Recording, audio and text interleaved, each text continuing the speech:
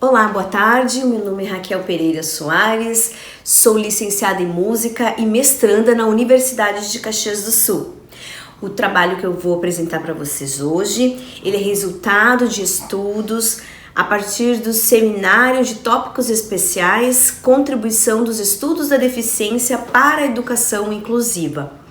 Ele foi elaborado juntamente com a professora e doutora em psicologia Cláudia Bissol, que também é minha orientadora do meu projeto de pesquisa sobre o tema Educação Musical e Autismo. Vou apresentar para vocês alguns slides. No primeiro temos o título deste trabalho, Educação Musical e Autismo, imbricações com os estudos da deficiência e capacitismo. Como vocês podem ver, ao fundo do meu slide, ele está ornamentado com pecinhas de quebra-cabeça. O quebra-cabeça, ele foi constituído como símbolo do autismo lá em 1963 em Londres. Primeiramente, ele queria expressar a dificuldade que o autista tinha em compreender as coisas e o mundo. Hoje, ele é utilizado, toda a comunidade científica e instituições de autismo, como símbolo de estudos de autismo. Estamos ainda na compreensão do autismo, desenvolvendo estudos, pesquisas sobre autismo. O quebra-cabeça também, para mim, constitui símbolo de construção da própria pesquisadora e também do projeto de pesquisa. Além do mais, somos todos peças de um quebra-cabeça gigante chamado mundo, do qual queremos fazer parte. E cada pecinha é diferente uma da outra, independente das suas dificuldades, das suas diferenças, somos todos parte de um todo. Dito isso, vamos para o objetivo do nosso trabalho. Apresentar reflexões sobre a educação musical para crianças e adolescentes autistas a partir dos estudos sobre deficiência e conceitualização de capacitismo. Como vocês vão ver, o nosso trabalho está dividido em 4 pecinhas chaves: transtorno do espectro autista, capacitismo, educação musical e as nossas considerações finais.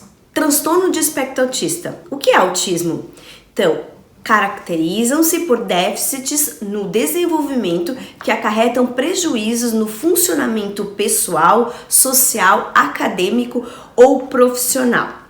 Bom, ele é uma condição comportamental que apresenta prejuízos ou alterações básicas no comportamento, na interação social e dificuldades de comunicação. Também apresenta comportamentos diferentes, padrões repetitivos, estereotipias. Aparece nos primeiros anos de vida da criança. É diagnosticado por meio clínico. A nossa segunda peça é o capacitismo. O capacitismo é compreendido como um eixo de opressão que, na intersecção com o racismo e o sexismo, produz como efeito a ampliação dos processos de exclusão social. Pois bem, produzimos capacitismo de forma preconceituosa, através de expressões preconceituosas e também de atitudes. Quando olhamos para uma pessoa, a partir do que nós enxergamos, que vemos nela, a falta de um membro físico ou uma deficiência intelectual ou neural, nós julgamos que ela não é capaz de se desenvolver, de se relacionar, de trabalhar por causa da falta do que estamos vendo, produzimos capacitismo. Ele é tão estrutural que por vezes não nos damos conta de que estamos produzindo capacitismo. Como, por exemplo, quando usamos expressões populares, como dei uma mancada. O capacitismo vai além dessas expressões preconceituosas e atitudes capacitista. Ela integra a ideia de que pessoas com deficiência são anormais, incapazes, inferiores àquelas sem deficiência e até perigosas, em comparação com o referencial padrão que definimos como perfeito, normal. Para Gesser, é urgente conversarmos, debatermos, discutirmos sobre a ideologia capacitista. Porque quando se entende o corpo como uma lesão que precisa ser consertada, uma deficiência do corpo como uma lesão que deve ser consertada, uma doença que precisa ser curada, tendemos a induzir a essas pessoas a procurarem apoios médicos, ao invés de lutar por seus direitos humanos e justiça social.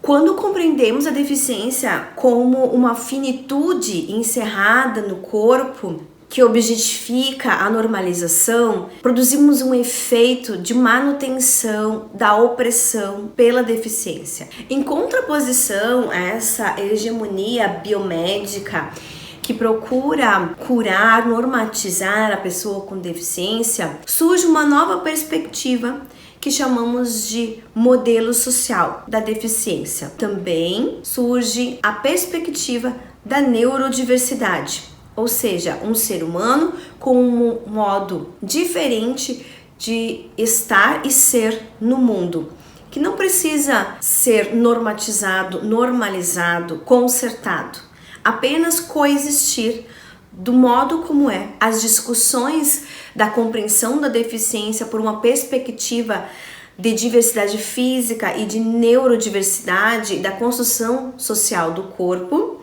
pelo qual o ser humano é visto, dotado de características neurocomportamentais divergentes, diz respeito também à pessoa com autismo. A nossa terceira peça se chama Educação Musical. De acordo com Olivier Parisi, o autista ele é capaz de estabelecer profundas relações com a música de uma forma naturalmente peculiar.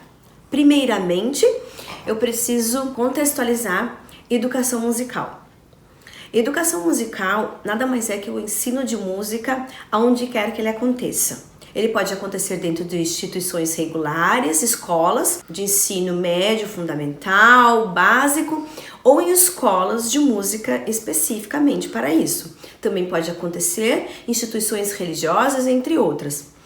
E essa educação musical, ela pode acontecer de duas formas. A educação musical especial, onde se estabelece um ambiente específico para que esse ensino aconteça, para pessoas com deficiência, e a educação musical inclusiva, onde essa pessoa com deficiência vai estar integrado às demais pessoas. Tem um aluno autista, e agora? Bem, não há uma receita pronta para o ensino de música para crianças autistas. A gente precisa considerar os déficits para adaptar estratégias. Precisamos levar em conta, sim, os déficits dela, qual o grau dessa pessoa autista, para que a gente possa elaborar da melhor maneira possível as nossas aulas de música. Cada ser autista é um ser autista único, assim como todos nós. Cada pessoa tem um jeito de aprender, tem objetivos de aprender música, escolhe determinado instrumento musical para isso, porque a educação musical ela pode acontecer em qualquer etapa da vida e ela pode acontecer por meios variados.